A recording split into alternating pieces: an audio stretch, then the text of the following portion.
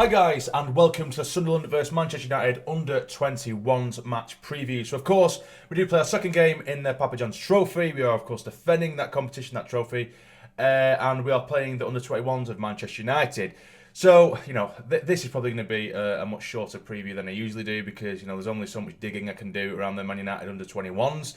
I'm not really going to go through their previous results and stuff like that. It's going to be an interesting game though. I think that will definitely be the case. They've had they bought a striker off us over the last couple of years. The regime under Stuart Donald. We let go of Hugel. Very good player, good striker. We may see him. I'm not too sure. It'll be nice for him to come back to the Stadium of Light. I'm sure that'll be a great evening and great event for him. Great occasion. But for us, it's like I said, it's going to pretty much end up being a youth team against a youth team.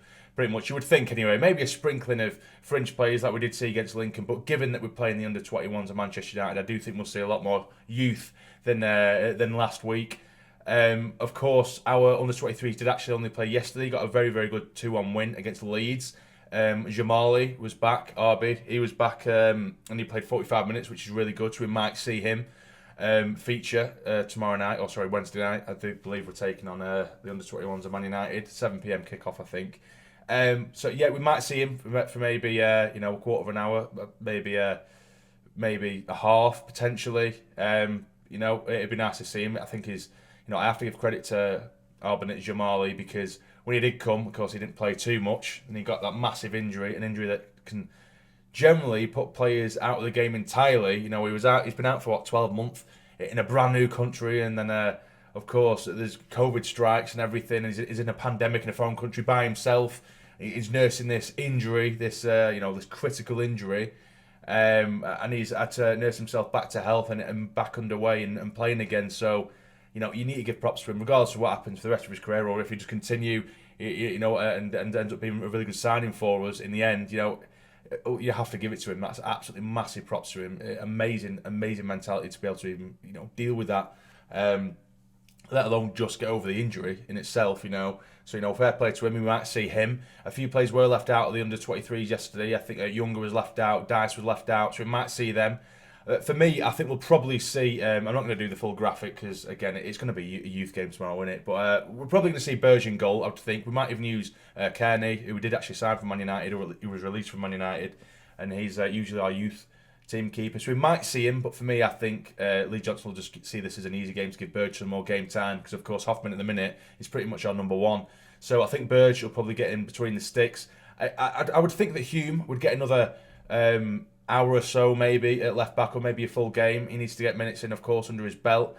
I think we're definitely going to see Younger at centre back. Like I say, you might see Jamali alongside him, or Alves because he needs game time. At right back, you could have Younger push over there and have RB and Alves in the middle, or Younger could play right back, or Alves. Should I say? We've got quite a lot of options across the back. In the middle, there's been a bit of a debate as to whether we should play Dan Neil, and some people have said, if Dan Neil plays on Wednesday, then he probably won't be starting on Saturday. If that is the case, of course, then I wouldn't start Dan Neil. But I do believe that I think what would be nice for Dan Neil on the flip side is for this competition to be his sort of ownership of the captaincy, because of course he had the captain's armband against Lincoln. He did brilliantly well, man of the match, and he's very vocal as well, for such a young lad. So to give him that kind of experience as a captain against teams like this, I think it'd be really nice. He's only a young lad, a fit lad. I think he would still feature on Saturday regardless, but yeah, there isn't as much sort of cool time or cool down time or time to relax. But if you think, usually we play Saturday, Tuesday anyway, so I think between Wednesday and Saturday, you've only got 3 days between them.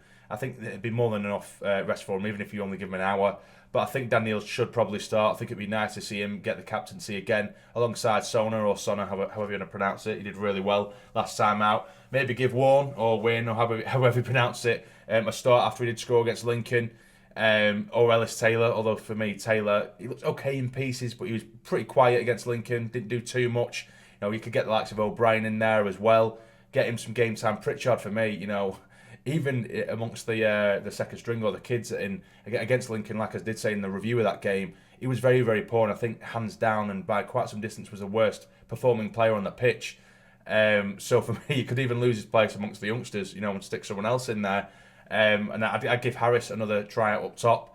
I think we should probably go with a relatively strong-ish bench, just in case, you know, we do go solely for the youngsters. And maybe if in the off chance, you know, we might go a goal or two down, something like that, then at least we do have reinforcements and a good ilk of reinforcements as well to bring on to help out the side. But mainly for me, this is a game that, you know, at the stage of life, you can give some good experience to these lads, to some youngsters as well. And I think there should be, you know, a few fans there. Obviously, there's not going to be, you know, 29,000, 30,000 like there usually is. But, you know, it's just a good experience for the lads.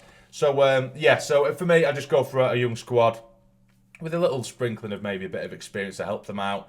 But for me, you know, it's difficult to make a prediction for this game because I don't watch the Man United youth side, you know what I mean? So, but I'm going to go for...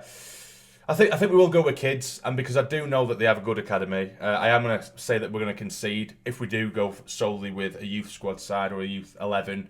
I'll say we'll concede, but I do think we'll get away with a 3-1 Sunderland win. So that's what I'll go for. In terms of goal scorers, I don't know, because I don't know what's in Lee Johnson's mind. He might think to himself, okay, let's get all the starters out there, let's get the first team out there just to get us a bit of morale before Saturday. You never know. Or he might just say, okay, entirely the youngsters. I think it's more than likely going to be the youngsters. But yeah, I'll go for a 3-1 Sunderland win. In terms of goal scorers, I don't know. I'll go for a Harris hat-trick. How about that? We'll do that. But yes, that's my sort of preview for the game. Apologies, it's very different to usual, but it's just a difficult one because it is going to end up being a youth game pretty much anyway. But anyway, what do you guys think? Who do you think we should play? Let me know in the comments down below. And what do you think the score will be? Also, let me know in the comments down below. But if you've enjoyed this video, hit the like button for me. It'd be massively, massively appreciated. And subscribe to the channel if you're not already to become a fully fledged member of the Sassy Army. But for now, you take care. Stay jammed.